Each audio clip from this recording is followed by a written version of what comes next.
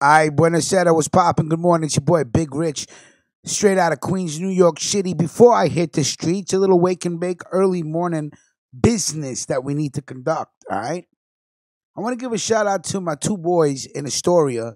I think they run a restaurant. I don't want to put too much of their business out, but I think it's Giovanni and Angelo. Remember when I told you I made a pickup a while back, and the guy recognized my voice. Really, really cool dude. Hey, man, I'm humbled that you guys listen to the show. This morning's episode will be sponsored by Ornella Trattoria. Okay? Ornella Trattoria in Astoria. Look it up. They got a website. I took a little picture from their website, so I put it up on the screen, but I'll get Vic Vega to make them a nice banner. Ornella Trattoria. And they have a saying in their home, which they would like to share with other families, okay? And it goes like this. They have a saying at their house when they eat, all right? Tutti a tavola prima che si fa fredda la pasta. Hold that. You do the math, and we'll talk soon. Mob Story, Season 2. Let's get right down to business. You already know, like I said, this morning's show is sponsored by Ornella Trattoria Italiana, all right? You guys want some good Italian food, you go to Astoria, look them up. They got a website. It's the second time I've been in their restaurant, and let me tell you something. The people constantly coming in. We got reservations. We got reservations. Come in, we got reservations. It's never not busy. So I got to go check the place out as soon as I get a chance. Go sit down with my new friends, Giovanni and Angelo. I think they're brothers. Like I said, I don't want to put too much of their business out there, but they do listen to the mob stories, and we appreciate them. Let's get down to business. Accused of killing a Gambino mob boss, he's presenting a novel defense. 4 days after pulling off the most high-profile mob killing in decades, Anthony Comello sat down with New York Police Department detectives and told them that the CIA had infiltrated the mafia, and he added the government was spying on him. He had put his phone in a copper bag to protect it from satellites, he told them, and Democratic operatives in Washington were doing business with El Chapo.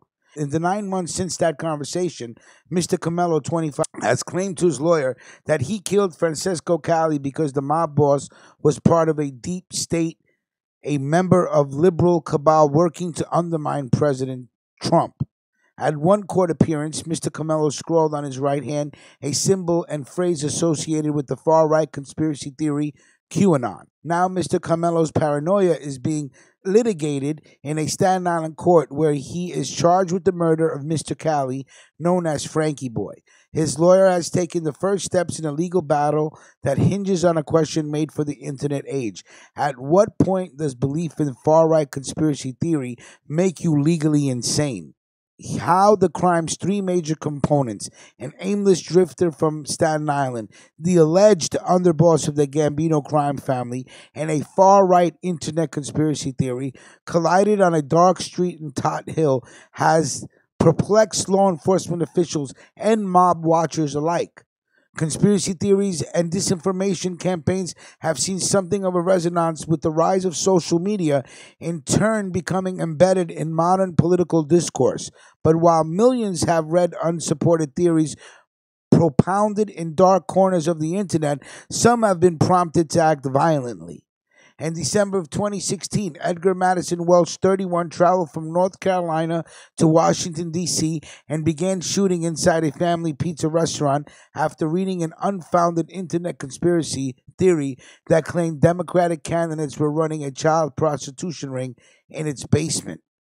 On October 12, Caesar A. Syak Jr. mailed a series of pipe bombs to prominent Democrats and others he believed were members of the deep state. Mr. Welch and Mr. Sayak eventually pled guilty and apologized for their actions and were sentenced to federal prison. Neither used an insanity defense, but legal experts say their crimes show how conspiracy theories can influence people. Perpetuate conspiracy theories online, it's combustible, said Rick Allen Ross, the founder of the Cult Education Institute, who has studied far-right conspiracies. That fuel ignites when someone who's disturbed finds the substance their conspiracy theories. Still, most of the people who believe in conspiracy theories are perfectly sane and never commit a crime. Experts on the insanity defense said Even people with these conspiracy theories certainly act out on them very rarely, said Michael Perlin, a professor at New York Law School who specializes in mental disability law. Mr. Comello, 25, stands accused of carrying out one of the city's most brazen and apparently unsanctioned mob killings in history. Prosecutors say he shot and killed Mr. Cali outside of his Staten Island home in March. Mr. Cali, 53, was reputed to be the underboss, allegedly the underboss of the Gambino crime family. Mr. Comello's lawyer, Robert C. Gottlieb, has maintained that his client was deeply deluded by conspiracy theories. He went to Mr. Cali's home to arrest him and turn him over to the military, then shot him when he resisted being taken into custody, Mr. Gottlieb said. He ardently believed that Francesco Cali, an alleged boss in the Gambino crime family, was a prominent member of the deep state and accordingly an appropriate target for a citizen's arrest, Mr. Gottlieb wrote in court. At the time, Mr. Gottlieb said those delusions were evidence that Mr. Comello was unfit to stand trial and instead should be given psychiatric treatment. The judge has since imposed a gag order, and Mr. Gottlieb has declined to comment on the proceedings. In New York, the legal bar for an insanity defense is high. Defendants must show not only that they have a mental illness, but that the illness prevented them from understanding the consequences of their actions or from knowing they were morally wrong. Prosecutors have proceeded in court as if Mr. Comello is mentally competent and can be held responsible for his actions. At a hearing in October, the lead prosecutor, Wanda de Oliveira, said that Mr. Comello's mind was crystal clear when he waived his right to a lawyer during his interview with detectives. She argued that Mr. Comello appeared rational in the interview. He gave careful thought, for instance, to one question and asked for it to be repeated before answering.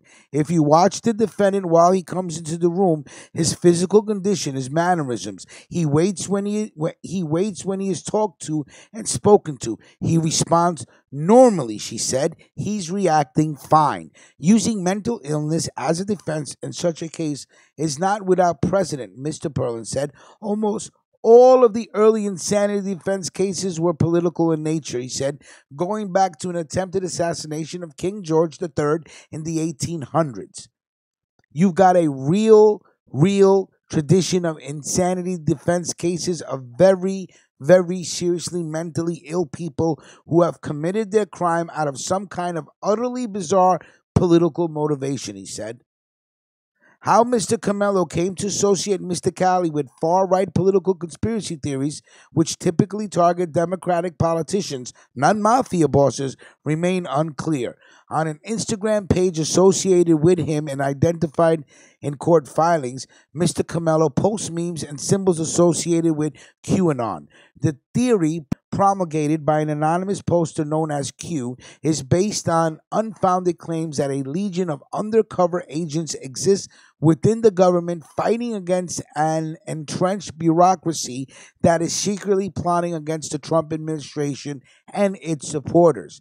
Mr. Ross said people like Mr. Comello, who his family had said been behaving erratically for some time before the killing, can easily be drawn into the kind of networking that is being done online. He was already sick. He was a train wreck ready to happen, Mr. Ross said. But who sent the train down the rails to wreck him? It wasn't QAnon. Mr. Comello appears to believe he is mentally sound. On Wednesday, he refused to take a psychiatric exam administered by a doctor from the prosecutor's office.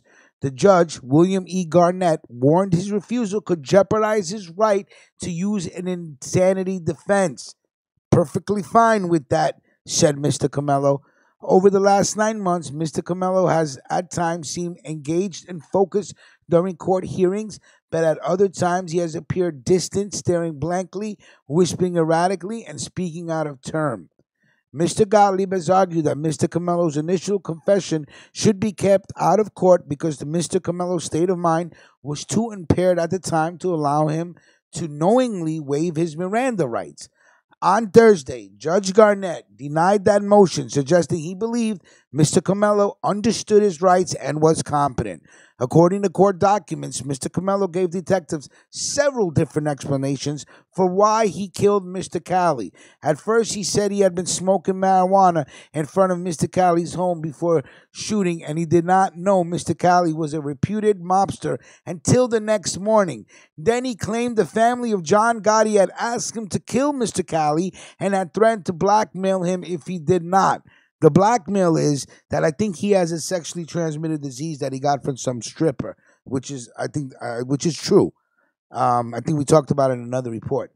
Finally, Mr. Comello told detectives he had gone to Mr. Cali's home to warn him that the Gotti family wanted him killed. It remains unclear why Mr. Cali wound up dead in this version of Mr. Comello's story, which a detective said in court he did not believe.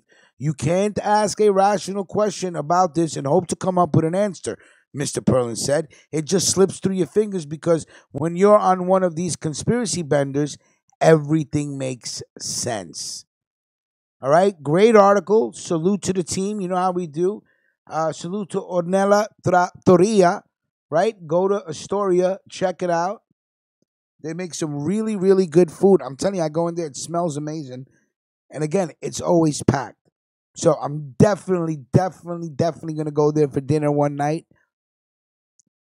Shoot the shit with the fellas, talk some shit, and come back with my critique of the food. I just went to their website. The food, the steak, the food looks amazing. And what did I tell you? I was in there twice. People keep coming. We have a reservation.